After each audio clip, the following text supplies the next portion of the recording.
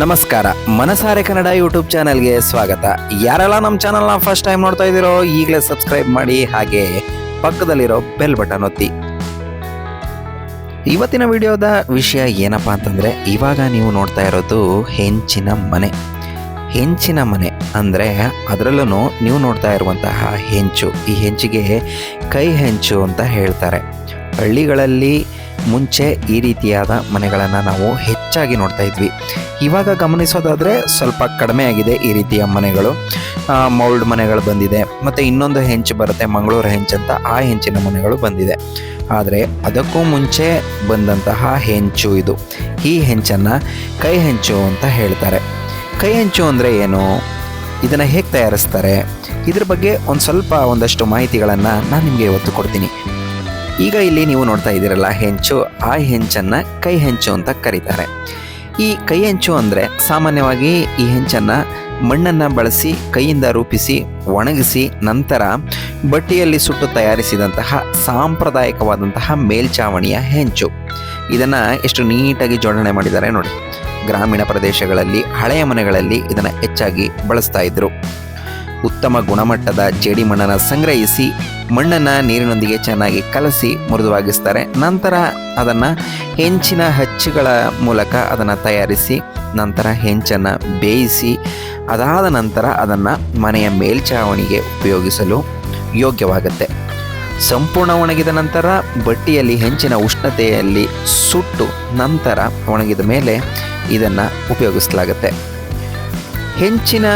ಈ ಹೆಂಚಿನ ವಿಶೇಷತೆ ಏನು ಅಂತ ನೋಡೋದಾದರೆ, ಬೇಸಿಗೆಯಲ್ಲಿ ಮನೆಯ ಒಳಭಾಗದಲ್ಲಿ ಹೆಚ್ಚು ತಂಪಾಗಿಸುತ್ತೆ ಈ ಹೆಂಚು. ಮಳೆ ನೀರು ಸರಿಯಾಗಿ ಹರಿದು ಹೋಗುವಂತೆ ವಿನ್ಯಾಸಗೊಳಿಸಿರುತ್ತಾರೆ. ನೈಸರ್ಗಿಕ ಮಣ್ಣಿನ ತಯಾರಿಸಿರುವುದರಿಂದ ಸಾಂಪ್ರದಾಯಿಕ ನೋಟ ಕಣ್ಣಿಗೆ ಕಾಣಿಸುತ್ತೆ. ಸರಿಯಾಗಿ ತಯಾರಿಸಿ ಅಳವಡಿಸಿದರೆ ದೀರ್ಘಕಾಲ ಬಾಳಿಕೆ ಕೂಡ ಬರುತ್ತೆ ಈ ಹೆಂಚು. ಹಳೆಯ ಕಾಲದ ಮನೆಗಳಲ್ಲಿ ವಾಸ್ತುಶಿಲ್ಪದ ಪ್ರಮುಖ ಭಾಗವಾಗಿ ಈ ಹೆಂಚನ್ನು ಬಳಸ್ತಾ ಇದ್ರು. ಈ ಹೆಂಚನ್ನು ನಾವು ಮೇಲ್ಛಾವಣಿಗೆ ಹಾಕಬೇಕಾದ್ರೆ ಅದಕ್ಕೆ ಒಂದಷ್ಟು ಬಿದಿರಿನ ಕೋಲುಗಳನ್ನು ಕಟ್ತಾ ಇದ್ರು. ಕಟ್ಟಿ ನಂತರ ಆ ಕೋಲುಗಳಿಗೆ ಹಗ್ಗದಲ್ಲಿ ಬಿಗಿಯಾಗಿ ಕಟ್ಟಲಾಗುತ್ತೆ. ಆ ನಂತರ ಕೋಲುಗಳ ಸಹಾಯವನ್ನು ಪಡೆದುಕೊಂಡು ಹಾಗೂ ಅದಕ್ಕೆ ಕಂಬಗಳನ್ನು ಕೂಡ ಇರಿಸಲಾಗಿರುತ್ತೆ.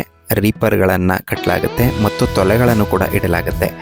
ಅದಾದ ನಂತರ ಆ ಒಂದು ಬಿದಿರಿನ ಒಂದು ಕೋಲನ್ನು ನಾವು ಏನು ಕಟ್ಟಿರ್ತೀವಿ ಅದರ ಮೇಲ್ಭಾಗದಲ್ಲಿ ಈ ಹೆಂಚುಗಳನ್ನು, ಒಂದು ಹೆಂಚನ್ನು ಮೇಲ್ಮುಖವಾಗಿ ಮತ್ತು ಮತ್ತೊಂದು ಹೆಂಚನ್ನು ಉಲ್ಟಾ ಅಂದರೆ ತಳಮುಖವಾಗಿ ಅದನ್ನು ನಾವು ಅಳವಡಿಸಲಾಗುತ್ತೆ.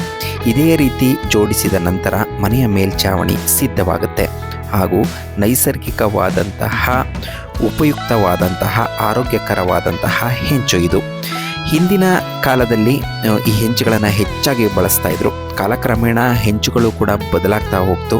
ನಂತರ ಇವಾಗ ಕಟ್ಟಡಗಳೆಲ್ಲ ಮೌಲ್ಡ್ಗೆ ಪರಿವರ್ತನೆ ಆಗಿದೆ. ಆದರೆ ಈ ಹಳೆಯ ಕಾಲದ ಹೆಂಚು ನಿಜಕ್ಕೂ ಆರೋಗ್ಯಕರ ಮತ್ತು ನೈಸರ್ಗಿಕವಾದಂತಹ ಹೆಂಚು. ನೋಡಿ, ಹೆಂಚು ಎಷ್ಟು ನೀಟಾಗಿ ಜೋಡಿಸಲ್ಪಟ್ಟಿದೆ. ಎಲ್ಲವೂ ಕೂಡ ಕೈಯಿಂದ ಮಾಡಿರುವಂಥದ್ದು. ತೊಲೆಗಳಿರಬಹುದು ಮತ್ತು ಅದಕ್ಕೆ ಉಪಯೋಗಿಸಿರುವಂತಹ ಅಲ್ಲಿನ ಬಿದಿರಿನ ಕೋಲುಗಳಿರಬಹುದು, ಹಗ್ಗಗಳಿರಬಹುದು ಮತ್ತು ಹೆಂಚಿರ್ಬೋದು. ಪ್ರತಿಯೊಂದರ ವಿನ್ಯಾಸವೂ ಕೂಡ ಸಂಪೂರ್ಣವಾಗಿ ತುಂಬ ನೀಟಾಗಿ ಜೋಡಣೆಯಾಗಿದೆ. ನೋಡಿದ್ರಲ್ಲ, ಈ ರೀತಿಯ ಮನೆಗಳು ಇತ್ತೀಚೆಗೆ ನಮಗೆ ಕಾಣಸಿಗ್ತಾ ಇಲ್ಲ. ಆದರೂ ಕೂಡ ಇದು ಒಂದು ರೀತಿಯಲ್ಲಿ ನೆನಪಲ್ಲಿ ಉಳಿಯುವಂತಹ ಒಂದು ಹೆಂಚು. ಯಾಕಂದರೆ ಮುಂದಿನ ದಿನಗಳಲ್ಲಿ ಇವಾಗ ಇರುವಷ್ಟು ಹೆಂಚುಗಳು ಕೂಡ ಸಿಗೋದಿಲ್ಲ. ಈ ರೀತಿಯ ಮನೆಗಳು ಕೂಡ ಕಾಣಿಸೋದು ಕಷ್ಟ ಆಗ್ಬೋದು.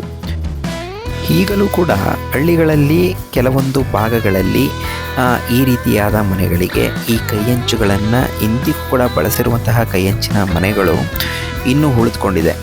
ಮುಂದೊಂದು ದಿನ ಈ ರೀತಿಯ ಮನೆಗಳು ಕಾಣಿಸೋದಿಲ್ಲ ಅಂತಂದರೆ ಆಶ್ಚರ್ಯ ಪಡಬೇಕಾಗಿಲ್ಲ. ಯಾಕಂದರೆ ಆಧುನಿಕ ತಂತ್ರಜ್ಞಾನದಿಂದ ಹಾಗೂ ನಾವು ಇವಾಗ ಏನು ಮೌಲ್ಡ್ ಮನೆಗಳಿಗೆ ಹೆಚ್ಚಿನ ಪ್ರಾಧಾನ್ಯತೆಯನ್ನು ಕೊಡ್ತಾ ಇದ್ದೀವಿ, ಹಾಗಾಗಿ ಆಧುನಿಕ ತಂತ್ರಜ್ಞಾನದಿಂದ ಈ ಹಳೆಯ ಕಾಲದ ಹೆಂಚುಗಳನ್ನು ಬಳಕೆಯೂ ಕೂಡ ತುಂಬ ಕಡಿಮೆ ಆಗಿಬಿಟ್ಟಿದೆ ಇವಾಗ. ಆದರೆ ಇದು ತುಂಬ ಆರೋಗ್ಯಕರ ಅನ್ನೋದು ನಮಗೆ ಗೊತ್ತು. ಆದರೆ ಈ ರೀತಿಯಾದಂತಹ ಹೆಂಚುಗಳ ಬಳಕೆ ಕಡಿಮೆ ಆಗೋಗಿದೆ. ಈಗ ನಾವು ಏನು ನೋಡ್ತಾ ಇದ್ದೀವಿ ಈ ಮನೆಗಳು ಮುಂದಕ್ಕೆ ನೋಡೋದಕ್ಕೆ ಸಿಗೋದೇ ಇಲ್ಲ ಅಂತ ಅನಿಸುತ್ತೆ. ಹಾಗಾಗಿ ಈ ಒಂದು ಮಾಹಿತಿ ಈ ಹೆಂಚಿನ ಬಗ್ಗೆ ಮಾಹಿತಿ ನಿಮಗೆ ಇಷ್ಟ ಆಗಿದ್ದರೆ ವಿಡಿಯೋನ ಲೈಕ್ ಮಾಡಿ, ಶೇರ್ ಮಾಡಿ, ಕಾಮೆಂಟ್ ಮಾಡಿ, ಹಾಗೆ ಸಬ್ಸ್ಕ್ರೈಬ್ ಮಾಡೋದು ಮಾತ್ರ ಮರಿಬೇಡಿ ಅಂತ ಹೇಳ್ತಾ ಇವತ್ತಿನ ವಿಡಿಯೋನ ಇಲ್ಲಿಗೆ ಕೊನೆಗೊಳಿಸ್ತಾ ಇದ್ದೀನಿ. ಮತ್ತೊಂದು ಮಾಹಿತಿಯೊಂದಿಗೆ ಮತ್ತಷ್ಟು ವಿಡಿಯೋಗಳೊಂದಿಗೆ ಮತ್ತೆ ಸಿಗ್ತೀನಿ ಅಂತ ಹೇಳ್ತಾ ಎಲ್ಲರಿಗೂ ಕೂಡ ತುಂಬು ಹೃದಯದ ಧನ್ಯವಾದಗಳು. Thank you.